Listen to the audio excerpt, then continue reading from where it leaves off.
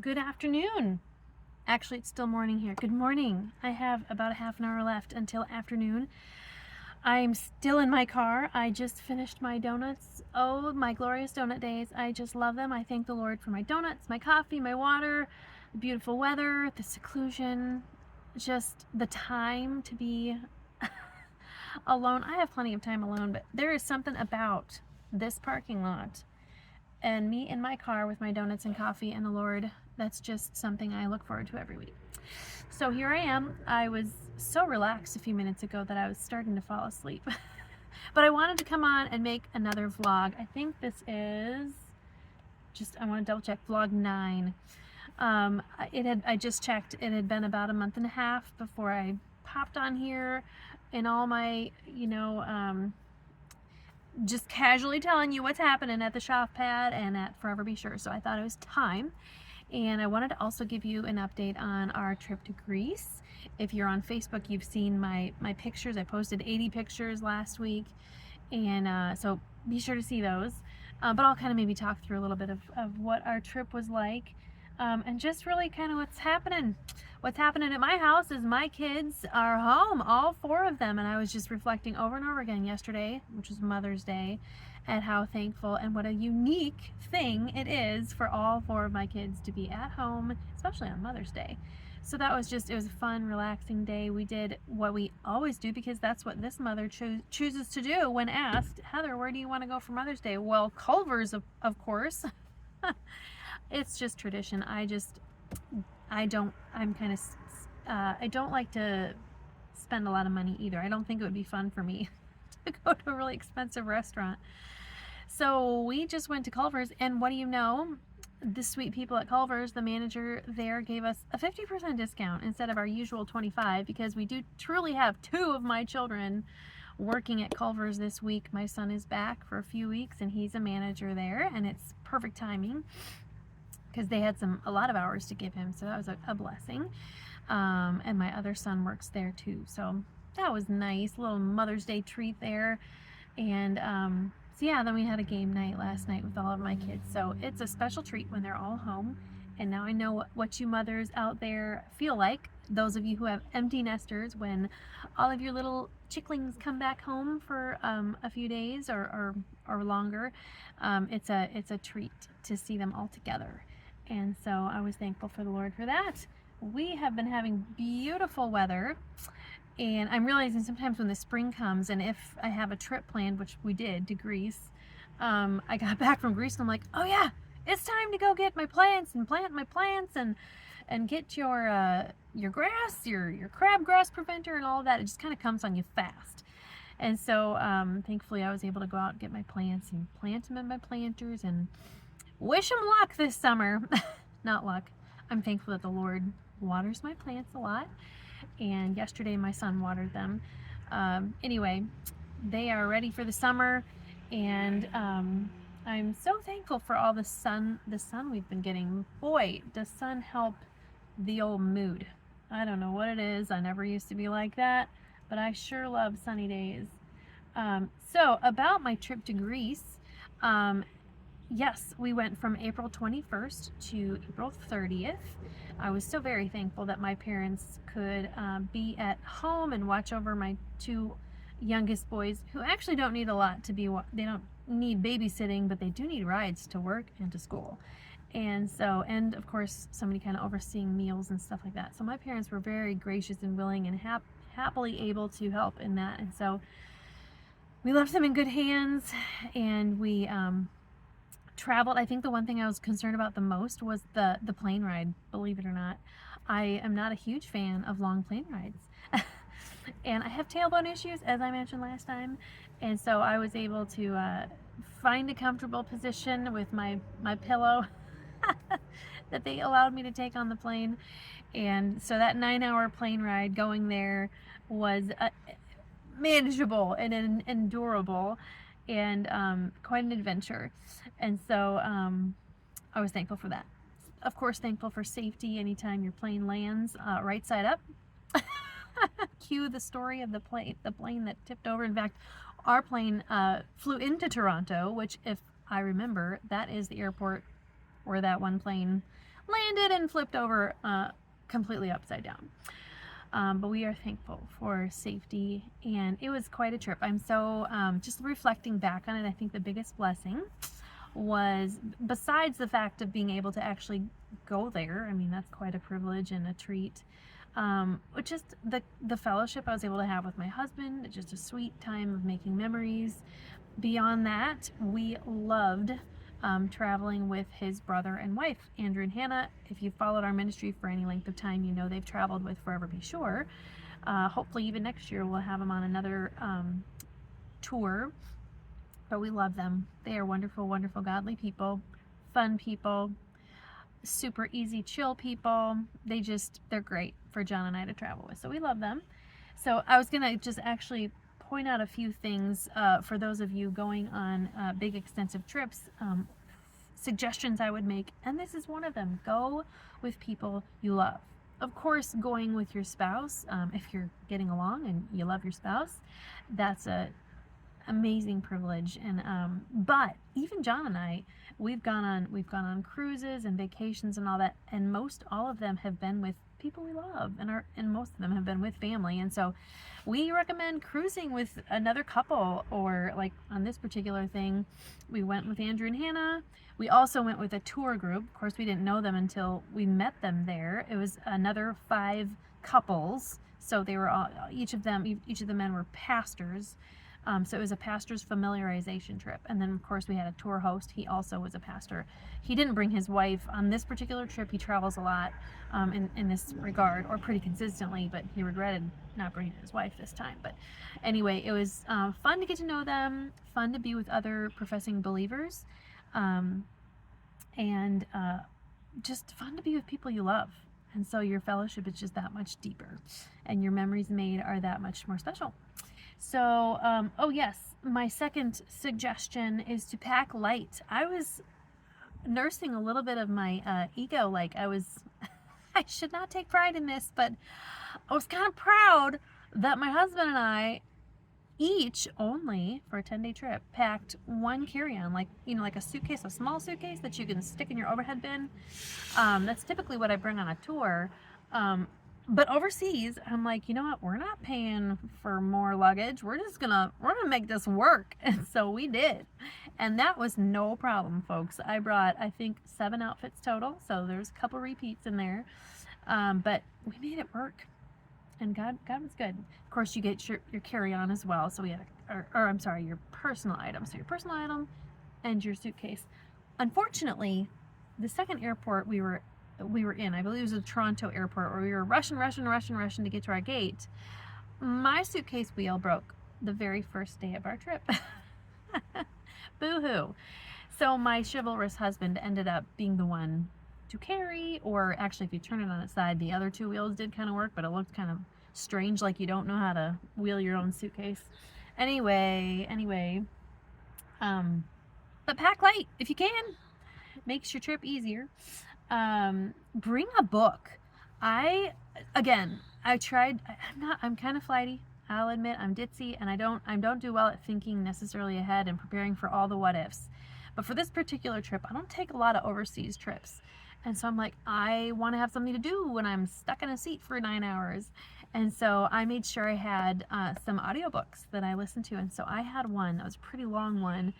And I did end up finishing it, I think on our last flight home, or second to last flight home, I finished it. And it was a book on Elizabeth Elliot. It's actually a 2-part series. I had already read the second part, so I wanted to go back and read the first part, which wasn't available, I don't think, at the time that I read the second part. Anyway, I was so richly blessed. And even on our tour, on our tour in Greece, that was the one thing. If we had rest time, I would listen to my audiobook, and it was just such a rich blessing. And I know you people that travel maybe a lot, you know the tricks of the trade, and that is it just enriching. That's not a word. It enriches. I think that's a word. Enriches your travels significantly. In fact, I was so drawn and taken by Elizabeth Elliot's story, and the book I read was called Becoming Elizabeth Elliot by Ellen Vaughn.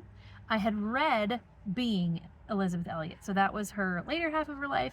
This was the first part of her life that I was listening to, and it was so good. And I connected.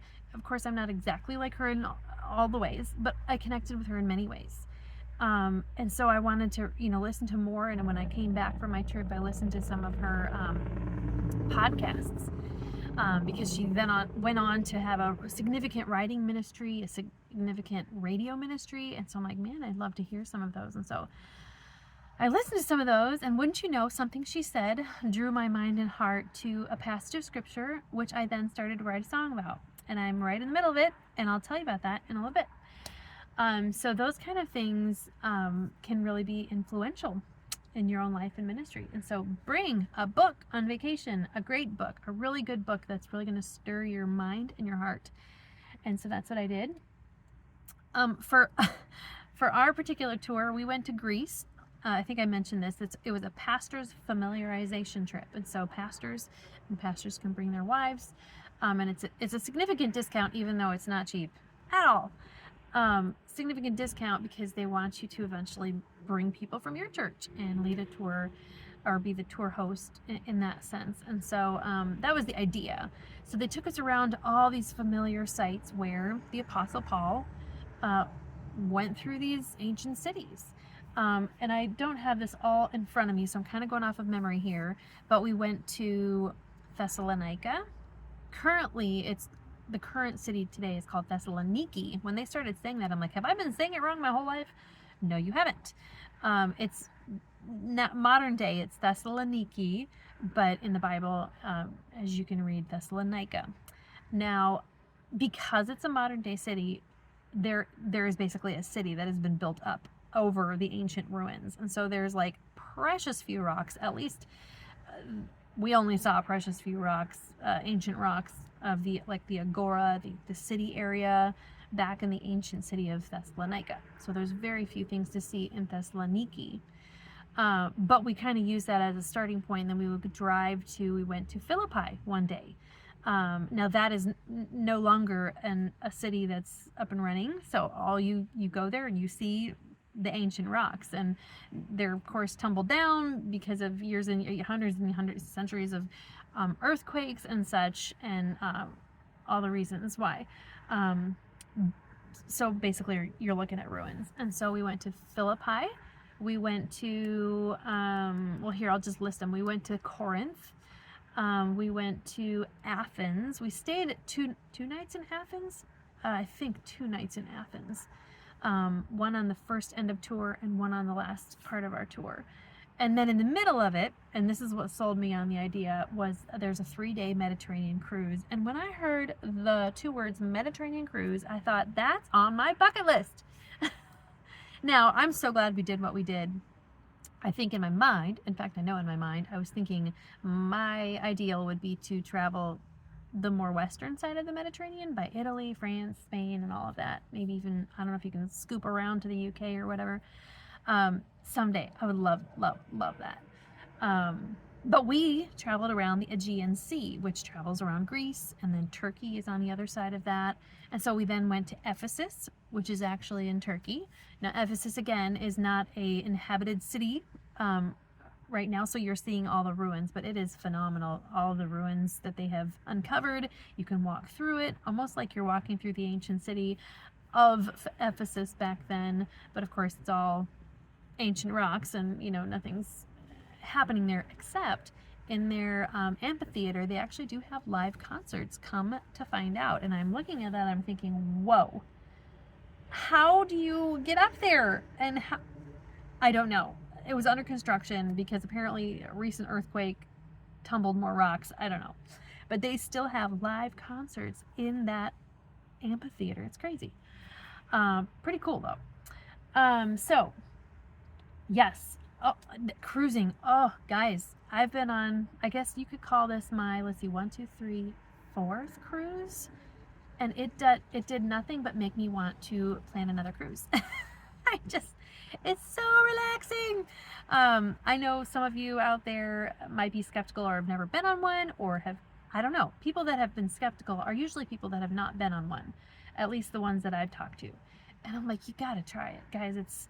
It's just, I don't know. I have such great memories of cruising, and this did nothing to change it for me. So anyway, it was super fun on our cruise. In fact, that might sound like the lap of luxury, but to visit certain things. So we visited the island of Patmos. We visited the island of Crete. I don't think I mentioned that in the Facebook post.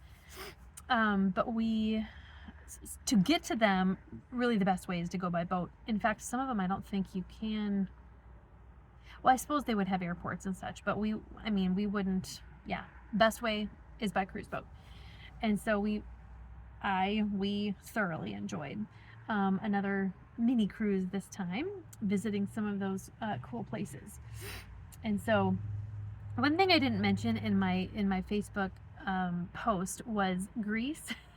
And I don't necessarily mean to sound negative. However, if you are considering going to Greece thinking it's this amazingly beautiful land, let me just clarify some things. It is gorgeous.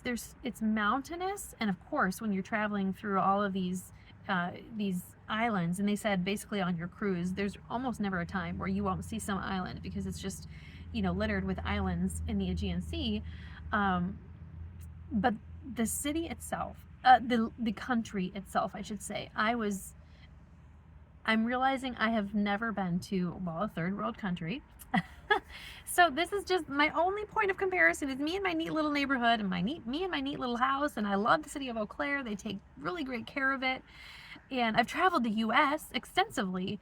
And so I've seen cities where I don't feel they take great care of them. And so I have opinions about that. And but again, remember, Heather has only been to basically westernized places, with the exception of, we went to Jamaica one time on a Caribbean cruise, and I was not impressed. Because again, it's not very westernized. If you get onto the non-westernized part of it, not impressed. And so when we went to Greece, I was really taken back. We went to Thessaloniki, right? We went to Athens. And then there's a significant drive between the two places. And so we would drive, those places. And when you are in those big cities, you feel, I'm speaking, Heather, I'm very expressive. I'm very visually oriented. So take this with a grain of salt. But I was very taken back by how depressed their economy was. I was maybe thinking, oh, this is a Western nation, yada, yada, yada. I don't know my maps very well, but come to find out, Greece went through a terrible, terrible time a few years back. And I think I actually remember hearing about that briefly. How, I don't even know, I couldn't even tell you the reasons why. But going now, I can see the effects of the terrible economy back then. Now, they might be making steps to improve it, and maybe making steps to improve it. I hope so. But there was graffiti everywhere. Okay, now, minus the nice hotels they put us in, but those were even in the middle of the city. And, they were nice inside. It's almost like they're like, well, here's where the tourists will stay, and we'll make it beautiful, which it was, and treat them really, really nice, which they did. But you go out and you go out into the city life, and there are abandoned buildings everywhere. In fact, on the roof of our hotel, beautiful breakfast area. It was just super awesome. But just looking over the roof of our hotel, you could see like 5 or 6 buildings that were literally looked like they had been abandoned for years. Roofs caved in, graffiti everywhere, and I don't know. I know that I sound like I'm shocked, okay? Like, again, I've not been to a third world country, and there's probably many, many, many, many of these kind of places everywhere else, but I wasn't used to it, and I thought, oofda. That's a good Norwegian word. Oofda. Wow. I'm just glad I live in a city that if there is graffiti, they paint over it. They care for their city, and thankfully there seems to be, I don't know, the American dream is still alive in Eau Claire, apparently. I don't know. Made me grateful for America. Made me grateful for my city. Made me grateful for the place that I live in. And so, yeah, so if you're going to Greece and thinking you're going into this, I don't know, this second America, it's just not like that. Now, I've been to New York City, and parts of New York City would remind me of Greece and Athens and Thessaloniki. But even in the middle of those places that I'm describing. Like, we went downtown Athens one night, and we actually did find a very cool happening place. It was, I don't know what you call it, a strip, where people were walking down, shops on all the sides. Everybody's, the restaurants are basically outside. That was a cool place. And I don't remember seeing a lot of graffiti in that particular place, but we drove around a lot. And so we were, that's what I'm saying, is that there was just a lot of non-American looking places. Whatever. Just to give you a little heads up. But how cool to be able to walk in the places that the Apostle Paul stepped foot in. Made me grateful for his sacrifice, and just, wow, what a physical journey it would have been to travel. If it took me 5 hours to get, from Thessaloniki to Athens or whatever it was, through mountainous regions, imagine, what it would have taken Paul. Now, he could have taken the water. That would have made more sense, actually. I don't know how I got there, but it's quite a journey. It's a big deal. Somebody sacrificed to bring the gospel to Greece, and he certainly cared for those churches, and I'm thankful for the heritage that brought me scripture and brought me the gospel, and of course God was sovereign over all of that. Okay, let me move on from that. If you ever get a chance to go to Greece and do Paul's footsteps, pretty cool to do it. So I would encourage that.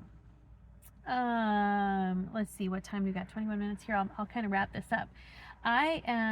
We are getting ready for a recording trip this week. In fact, starting tomorrow, I need to really get on the stick and practice the 8 songs that we plan to record for our new CD, our new album. I like to call them albums these days because some people do buy the CDs, but a lot of people listen to this just collection of songs. And so we have 8 scheduled to be recorded at the end of this month. Super excited about that, as always. But would you pray for that project? It seems like the Lord reminds me to depend heavily on Him, and I desperately need Him. I was listening to my songs. Guys, this is probably not a great thing for me to do. I don't know. I must have been on a walk or something. But I'm like, oh, I'll just listen to some of my music. I don't often do that at all. I don't even know where I was when I decided to do that. But I listened to a few songs, and guys, sometimes it can be discouraging, frankly. I am my own worst critic. And so, I know God can use His word, His truth, and He's used our music. I know that. But the perfectionist inside of me is like, ugh, oh man, I just wish, oh Lord, give me a bigger voice, a more relaxed voice. May I help me communicate these truths without distraction and this and that. And so God uses imperfect vessels. But I would covet your prayers that the Lord would just strengthen our voices, that the Lord would help us to gel together musically, even just the process, all the technical things that could go wrong, protect the files, guide the engineer, and I'm praying for God's rich blessing. So this particular project, last year we had 5 ladies, along with our engineer, who Eric Foster was also on 2 of our songs. Was it 2 or 1? I can't remember. But this time we have 3 gals. I'm still excited. We'll be duplicating, like I'll sing 2 parts on some of the songs. But Krista Milkey is coming back. She's definitely been a big player in our music ministry for some of our previous recordings. And so I'm super excited she's available and wanting to do that again. And Emily Wilson, very excited to have her back on this project as well. And then Eric Foster will also be contributing to some of the songs that we sing and doing some of our mixed variety songs with both male and female vocals. And so I know that's been something we're trying to incorporate in a little bit more. And so I'm preparing for that and excited for that. Oh yeah. So here, I'll wrap it up here with this last few things here. I mentioned last year, I think it was last year, maybe right around this time, where I sent out letters to some of my donors, not the whole list, but some people that I hope to raise money so that I could tour less this year. So last year I toured 5 tours. This year it's 3, but I have 3 additional, video / music / orchestration trips. Those are a little bit more mini trips, but they're still trips. So there's plenty of music travel.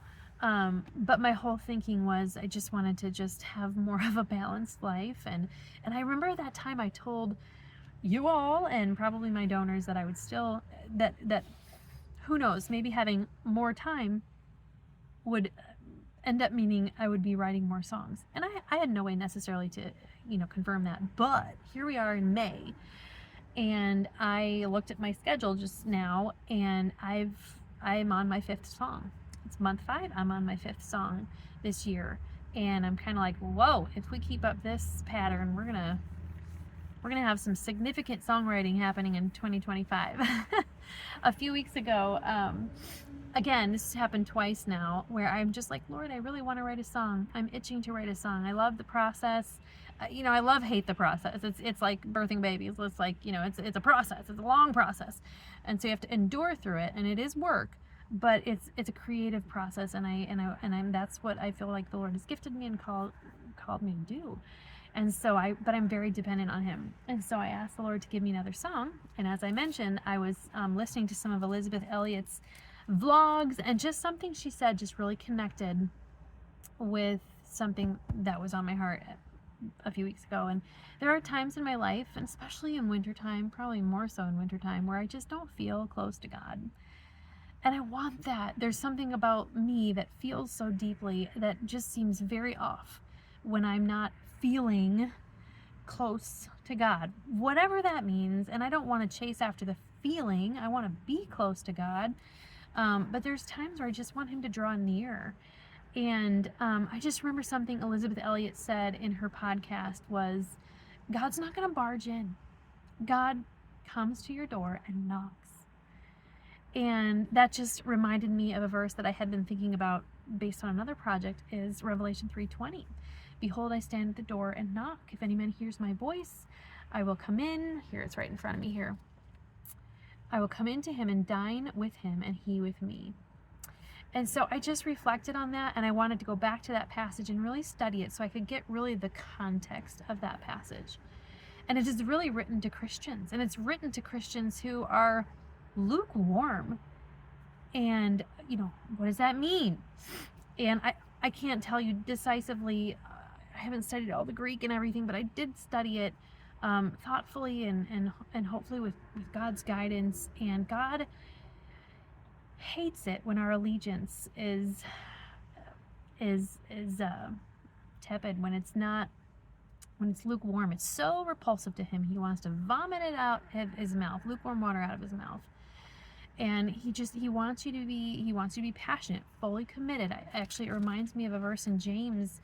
It talks about, if you lack wisdom, ask of God, but don't ask doubting. God doesn't want you to doubt. He wants you to have firm faith. It says, he who doubts is like a wave of the sea, driven and tossed by the wind. Let not that man suppose that he'll receive anything from the Lord. It seems like strong language for those who vacillate inside, or those who are just not committed either. They're non-committal Christians. They're just kind of floating through life, and God wants us to be passionate. And I love that exhortation, but I would feel very crushed by that, because I'd be like, how can I generate that kind of love? Sometimes I feel tepid. I feel very lukewarm. But I love that he includes this verse right in that passage, because that's my God. My God, my Father, is always knocking. He's not the one that's left. He wants me to have a passionate heart for him, but he comes knocking. He's gentle, he's lowly, he pursues me. It's not him that's left. It's me. And so I need to just open the door and let him in. Anyway, that really spoke to me one day, and that was it. That was what I started to write a song about. And it's actually a fun, because I get when I think of knocking, I think of knock, knock, knock, knock. It's not like a slow and soft ballad with a violin. It's a fun kind of a rapidy tap, tap, tap kind of a thing. And so that's what I'm working on. It's called He Is Knock, Knock, Knocking. That's the title of it, and it's super fun to sing, and I hope it'll be a blessing when we record it. Not this year. You'll have to keep following us, and hopefully it'll come out next year. But again, I'm always on the journey of my next song, and so I'm finishing up that one, and I'm also working on a Fanny Crosby hymn, a rearrangement of Take This World But Give Me Jesus. So I'm in the middle of that one too, a little further along on that one. So we keep writing here at Forever Be Sure. Thanks for listening to my saga and our Greece trip recap, and thanks for following our ministry. Please, honestly, I would covet your prayers. Ask our Lord to glorify his name by putting his rich blessing on our project as we record here in a few weeks. I'm excited about it. So hey, take care. Keep cool. It's gonna get up to mid-80s here in Wisconsin, so I got my sleeveless shirts on now. All right, have a wonderful week.